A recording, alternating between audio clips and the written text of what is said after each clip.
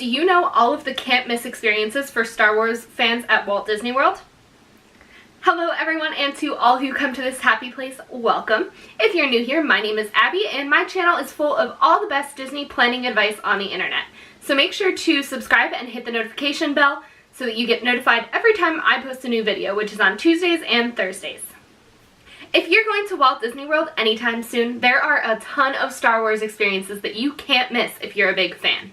By the end of this video, you'll know about each and every one of them and have access to a printable checklist that you can take with you to the parks so you don't miss a thing. As a travel agent and a Star Wars fan myself, these are things that always make it onto my list of things to do on my Disney vacations. It would not be a Star Wars video without talking about the inevitable. Galaxy's Edge is coming. Now, just before I get into the nitty-gritty details of what will be in Star Wars Galaxy's Edge, I do want to remind you that just because you bought a park ticket for Hollywood Studios on that day does not mean you're guaranteed admittance to the land. The land is subject to capacity and they may close it at any time. An opening of this magnitude has never been done before, so with so many people so excited for it, we don't really know how quickly the land will shut down for capacity. If you are planning to go to Star Wars Galaxy's Edge on opening day or opening weekend, then you definitely want to make sure you are subscribed because I'm going to be sharing our plan for tackling Galaxy's Edge. For those of you that don't know, I will be there opening day. I'm so excited. So that is definitely coming as we get a little closer to our Fast Pass date, which is in June. Now on to the fun stuff. So on August 29th, the land will officially open. However, only one attraction is opening, and that is Millennium Falcon Smuggler's Run. So there's going to be one more attraction that will be opening later this year in Galaxy's Edge, and that's the Rise of the Resistance attraction, which is going to be absolutely insane. From what I have heard, it's going to be about a 30-minute long experience. So it's not just going to be a ride, and I don't know. I'll share more details as we have them, but I am super excited. Now, there's going to be 5 different locations to pick up food or a snack or a drink of some sort in Galaxy's Edge, which is absolutely crazy. But the demand for the land is so big that they need somewhere to put everyone, so that explains that. The first one is Oya's Cantina, and this is going to be a drinks-only location. They will have alcoholic and non-alcoholic beverages here. RX24 will be DJing here. He'll be providing the entertainment, and there will also be drinks such as the Yub Nub and the Outer Rim. Those are 2 of the confirmed drinks, but there will probably be more on the menu once that is released. Docking Bay 7 Food and Cargo is going to be the quick service location in Galaxy's Edge, and that will be opening with the land as far as we know. Ronto Roasters is going to be a more of a snack stand, and it's going to have a couple different sandwiches there as well.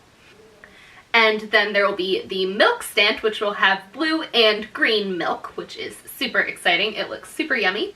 And finally, Katsaka's Kettle is going to be serving specialty popcorn. So it's going to be a sweet and savory flavored popcorn that was also popped in coconut oil. So, I want to hear from you guys in the comments. Are you waiting until both of the Galaxy's Edge attractions are open to check it out? Or are you going to be one of the first people in it like I am? For those of you that are new here, I just want to let you know that this is the second video in a series that I'm doing here on my channel featuring different fandoms within the bigger Disney fandom. So the first video was all about the Pixar experiences that you need to know about, and there are actually 37 of them. So I'm going to leave that linked down in the description, and you should definitely check that out when you are done watching this video. So, the rest of the experiences that I'm going to talk to you about are things you can do today. These are things that are currently available in Hollywood Studios. As of right now, the only park with any Star Wars is Hollywood Studios. There's some merch in other parks, but really it's all contained there. So, the first thing that you can do whenever is Star Tours. This is a simulator attraction that takes you into different scenes from all of the Star Wars movies. They piece together different clips from different movies, and it's completely different every time you ride it, so that's really cool. One thing to consider about this attraction is if you are prone to motion sickness, this is a simulator. So I am someone that gets motion sick and was not able to ride this for years. However, on my last trip in March, if you missed that, I will leave it up here in the cards, but we went to Starlight Magic and rode Star Tours. And I came prepared. I took Dramamine beforehand and was a-okay. So I guess I can ride Star Tours now, which is exciting. Over near Star Tours, you're going to find Jedi Training, which is an interactive experience for a small group of Jedi in training. These Jedi will be part of the show and get to take on Darth Vader at the end. Now, signing up for this can be a little tricky. If you want more information, make sure to contact me because I give all of my clients a little information sheet that tells you exactly how to make sure your kid gets a spot. There's also a photo backdrop that will make you feel like you are a part of your favorite movies over in this area. Not too far from there, there is a movie that you can check out called Star Wars Path of the Jedi. This is kind of like a little condensed version of the story of Star Wars. Just to give you some context, it's just fun. But definitely a great way to get out of the heat and familiarize some people with Star Wars that may not know anything about it. The next thing that you're going to want to check out is Star Wars: A Galaxy Far, Far Away. This is a stage show that takes place in front of the Chinese theater. It runs on a very regular schedule throughout the day, so make sure that you check your Times Guide or the My Disney Experience app for the most up-to-date showtime information.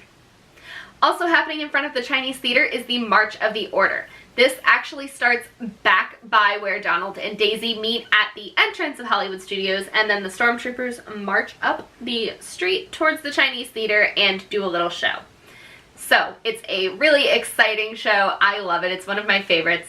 For years it's been happening on the hour, so check your Times Guide, but it tends to happen on the hour as of right now.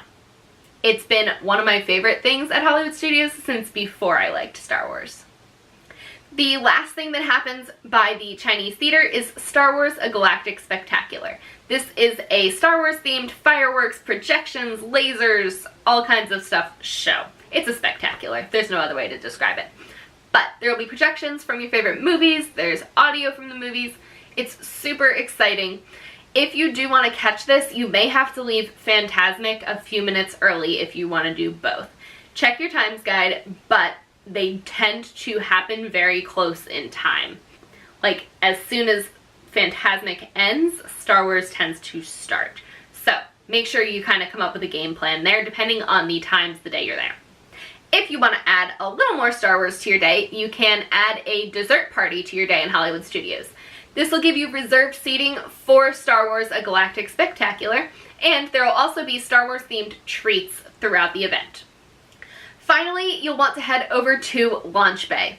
Launch Bay is an entire kind of indoor museum of Star Wars things. So there's all kinds of memorabilia from the films. There is a really cool gift shop. They also have wine from George Lucas's own personal vineyard, which is pretty cool. It's like $99 a bottle or something like that. Or at least it was when I was there in March. But you can also meet some of your favorite Star Wars characters here. So as of right now, Chewbacca, BB-8, and Kylo Ren are all meeting here. You can also check out in the Star Wars Launch Bay Theater a behind-the-scenes look at how your favorite movies have been made. There are 2 more photo ops in this area as well. So if you are looking for the perfect Instagram shots, then you're definitely going to want to keep your eyes out in Launch Bay. The last thing you can do to add some more Star Wars to your trip is take the Star Wars guided tour. Now this is an additional cost, so you must have valid theme park admission and then $99 per person for this tour.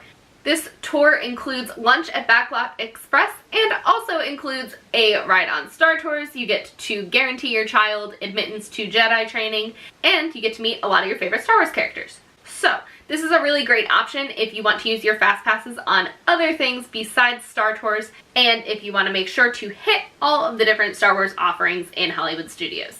Now, Galaxy's Edge is not included in this tour. We do not know if it will be or when it will be. So just don't even think about that right now. Overall, for $99, I think that is a great value. This can be booked by contacting your travel agent or by calling the Disney hotline. So at this point, you have a pretty lengthy list of Star Wars things to do in Walt Disney World.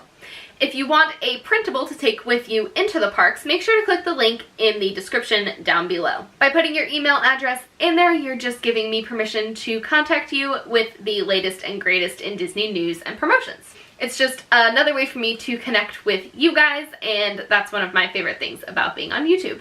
If you enjoyed this video, make sure to give it a big thumbs up so that I know you are enjoying this series.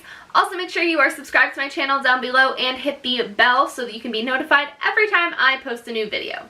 I post on Tuesdays and Thursdays. Thursday's video is going to be the next video in this series. If you have any guesses for what the theme might be, leave them in the comments down below. But it's going to be full of a ton of information, so that's your hint for that. And with that being said, I hope you guys have a magical rest of your day, and I will talk to you guys on Thursday. Bye!